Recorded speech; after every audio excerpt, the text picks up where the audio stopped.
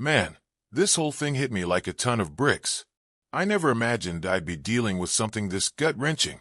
It all kicked off with something so tiny, so easy to miss, a crumpled receipt. I was just emptying out my wife's coat pockets, getting ready to toss it in the wash, when I found it tucked in there. It was from some restaurant way across town, showing 2 meals and a couple of drinks, timestamp Tuesday at 2 p.m.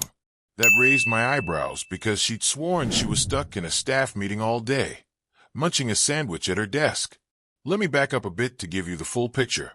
My wife and I go way back, about 6 years, to when we met during a flood relief effort. We were both out there in the pouring rain, hauling sandbags, soaked to the bone. Later, we ended up chatting for hours in the volunteer tent, just clicking like we'd known each other forever. 3 years after that, we tied the knot. When our kid came along 2 years ago, it should have been the best moment of our lives. But something felt off about our baby's looks, and I couldn't put my finger on why. Those bright green eyes? They didn't come from my brown ones or my wife's hazel ones. When I brought it up, she got all prickly, saying, "Oh, my grandma had green eyes. Genes can skip a generation, you know." I wasn't buying it. How does your grandma's DNA just pop up like that? Things shifted after the baby arrived. My wife started heading out more, spending late nights with her friends, sometimes not rolling in until midnight. That was new. She'd never been like that before. Her phone became her fortress. She guarded it like it held state secrets. She didn't change the password, but I wasn't allowed anywhere near it. Sometimes I'd wake up at 3 a.m., and there she was, hunched over her phone, angled away from me like she was hiding something. Looking back, the red flags were waving, but I kept telling myself, nah, this stuff doesn't happen to us. Then one day, a text pinged her phone. When I asked who it was, she snapped, "Why are you always so nosy about my phone?" That stung, and I couldn't shake it. I barely slept that night, my mind racing with all the little things that didn't add up. The next morning, instead of heading to work, I dropped our kid off at daycare and circled back home. I called my boss, told him I'd be late, and he was cool with it. I parked a bit down the street, out of sight, and just waited. About an hour later, there she was, stepping out of the house, all dolled up like she was headed somewhere special. But she didn't go to her job. Nope. She drove 38 minutes to some fancy house. A police car sat in the driveway, so I figured the guy was a cop. An hour and a half later, she walked out with this dude, and they kissed right there in his driveway. I snapped a few photos before she hopped in her car, my hand shaking. My whole world crumbled right there in my parked truck. My heart was pounding so hard I thought it had burst, and I wanted to storm over and confront her. But I held back. That night, I put on a fake smile. I played with our kid, ate dinner, watched some mindless TV, all while I was burning up inside. Over the next few days, I started noticing more. There were weird charges on our credit card, plus gas station receipts on our gas card from times when she was supposedly at work. I couldn't stop staring at our kid, those green eyes haunting me. The hair color was a shade off from mine, and the facial features? They didn't quite line up with what I saw in my own reflection. Doubt started seeping in, dark and toxic. One Saturday, while she was off at her so-called spin class, I poked around on our laptop and found a hidden folder. It was locked with a password, but after 3 tries, I cracked it. Inside were emails between her and this guy, going back 3 years, before our kid was even born. There were hotel confirmations, plans for date nights, stuff you don't do with someone who's just a pal. I printed out the worst of them and stashed them in my desk drawer. Then I ordered a DNA test kit online. At that point, I wasn't just wondering if she was cheating. I needed to know if our kid was even mine. The test kit showed up in a plain brown package, nothing flashy. My wife didn't bat an eye when I brought it in with the mail. Getting my sample was simple, just a quick cheek swab. For our kid, I waited until bath time, turning it into a silly game while I cleaned behind those tiny ears. One fast swipe, and I had it. I sealed the package and dropped it at the post office the next morning. The company said results would take 5 to 7 business days. While I waited, I kept a closer eye on my wife. Thursdays were always late work nights, with her coming home exhausted or so she said. Every other Friday, she'd go for happy hour with the girls, which somehow lasted 3 hours. Her phone was glued to her side, never out of reach. I couldn't stop studying our kid, my mind screaming, "This doesn't add up."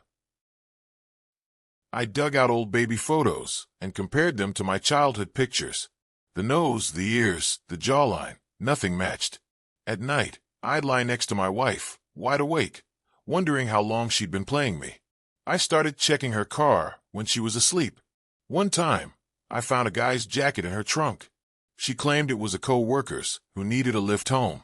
Another time, I found a Marriott hotel pamphlet she never mentioned. The pieces were falling into place, and none of them looked good. My wife tried to explain away that Marriott pamphlet, claiming she was organizing a work conference. Funny thing is, she never once mentioned any conference before that. One of those late nights at her office, I swung by her workplace. Her car was nowhere in the parking lot. Another time, during one of her supposed lunch breaks, I called her office. Her assistant casually mentioned she'd taken the day off. Every little discovery twisted the knife deeper in my chest, like I was unraveling a lie I'd been living in. The weekend before the DNA results were due, my wife suggested a family trip to the beach. "We haven't had much quality time lately," she said. "You've been acting so distant." Yeah, no kidding. I was distant because my gut was screaming something was wrong. I went along with the plan anyway. We walked along the shore, her building sandcastles with our kid while I watched, wondering if this was the last time we'd play at being a happy family.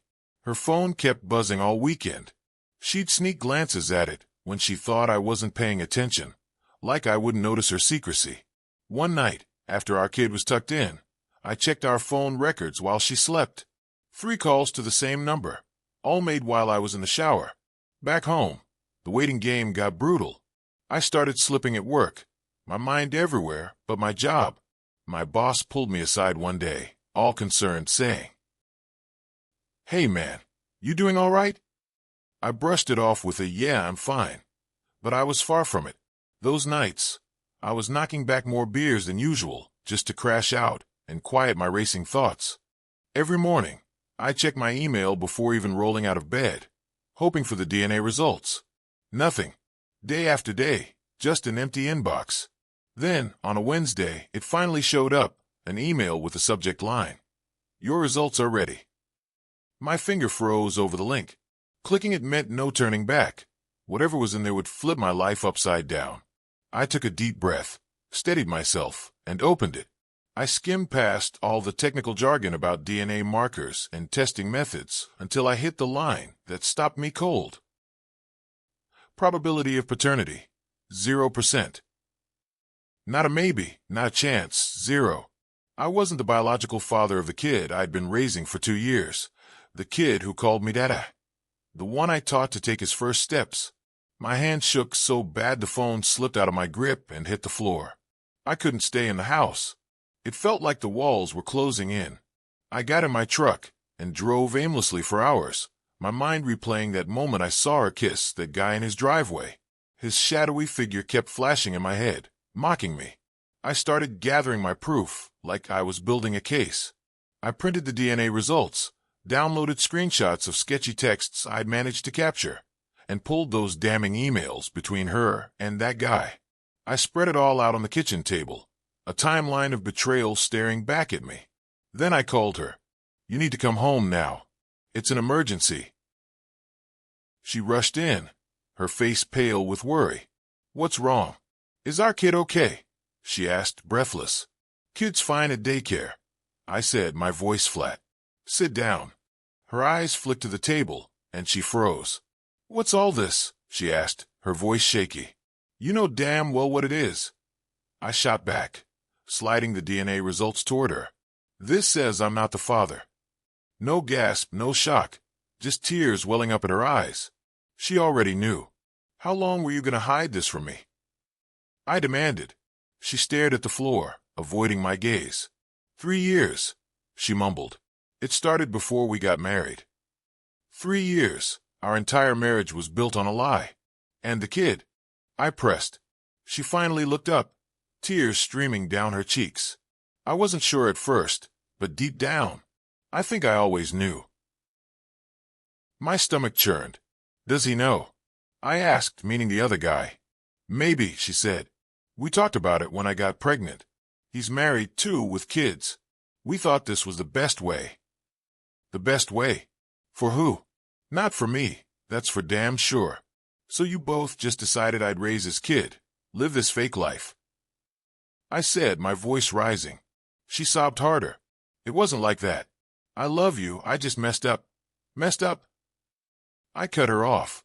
A 3-year affair with a kid in the mix isn't a mess up. That's a choice. I started pacing the kitchen, my anger boiling over. I couldn't stand still, or I'd lose it completely. Who else knows about this? I asked. Nobody, she said, but I wasn't buying it. Bullshit. Someone always knows. She looked away again. His wife found out last year. That's why we stopped for a bit. So another person knew my life was a lie before I did. The shame burned hotter than the betrayal. I want you out, I said, my voice cold. Tonight. Pack your stuff and leave. She begged. Please, we can work through this. Work through this. I snapped. You let me believe that kid was mine. She tried to step closer, but I threw up my hand, my fist clenched in rage. Don't you dare, I said. Where am I supposed to go? She asked, her voice breaking. Not my problem. I shot back. She turned and headed upstairs. I heard drawers yanking open, closet doors creaking, as she started packing. I stood in the kitchen, keeping watch over the evidence spread across the table, making sure she didn't try to mess with it.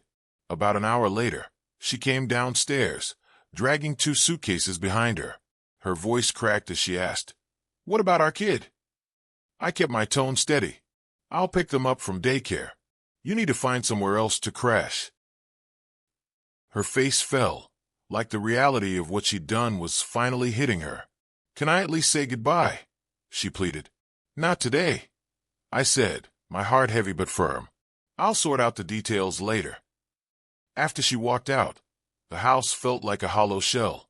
I poured myself a stiff drink and stared at the papers on the table, proof my whole life had been a sham. All those sleepless nights rocking a fussy baby, the daycare bills, the birthday parties with balloons and cake, the doctor's visits, the endless diaper changes. I'd done it all for a child who wasn't mine. I called my buddy, the one who'd helped me dig up some of the evidence. She's gone, I told him. You holding up, man? He asked. Hell no, I admitted. Not even close. That afternoon, around 4 p.m., I picked up the kid from daycare. Those big, innocent eyes looked up at me, completely unaware of the storm tearing through my world. I felt like a robot going through the motions, changing tiny pajamas, reading a bedtime story about talking animals. This child wasn't mine, not by blood, but they didn't ask for any of this. I sat in the dark nursery long after they fell asleep, my mind spinning. My marriage was done, but what about everything else? What was I supposed to do now? The next day, I met with a divorce lawyer. He leaned back in his chair and said, with the DNA test and all this evidence, this should be pretty cut and dry. The weeks that followed blurred together. My wife was staying at her parents' place, blowing up my phone with texts begging to talk. I ignored most of them, my heart too raw to deal with her. The toughest part was figuring out what to do about the kid. The DNA test screamed we weren't related, but 2 years of midnight bottle feedings, first wobbly steps, and tiny hugs had forged something real. My lawyer laid it out plain. No biological tie meant no legal obligation. I could walk away clean if I wanted. The thought turned my stomach. I set up a meeting with my wife and her lover, the guy I'd seen her kiss in that driveway. We picked a neutral spot, a coffee shop, with my lawyer there to keep things civil. Seeing him up close for the first time was a punch to the gut. He was maybe 6 feet 3 inches, just an inch taller than my 6 feet 2 inches, and I was so pissed I got right in his face. I should tell your wife, I snarled. He just shrugged, cool as ice. Go ahead, she already knows. Then I saw it, the kid's features mirrored at his face, undeniable. He mumbled an apology, saying he wanted to do right, when he found out about the pregnancy. My wife, he said, convinced him our marriage would implode if the truth came out. So they took the coward's way out, leaving me as the clueless fool. We talked logistics, child support, visitation, cold terms for tearing a family apart.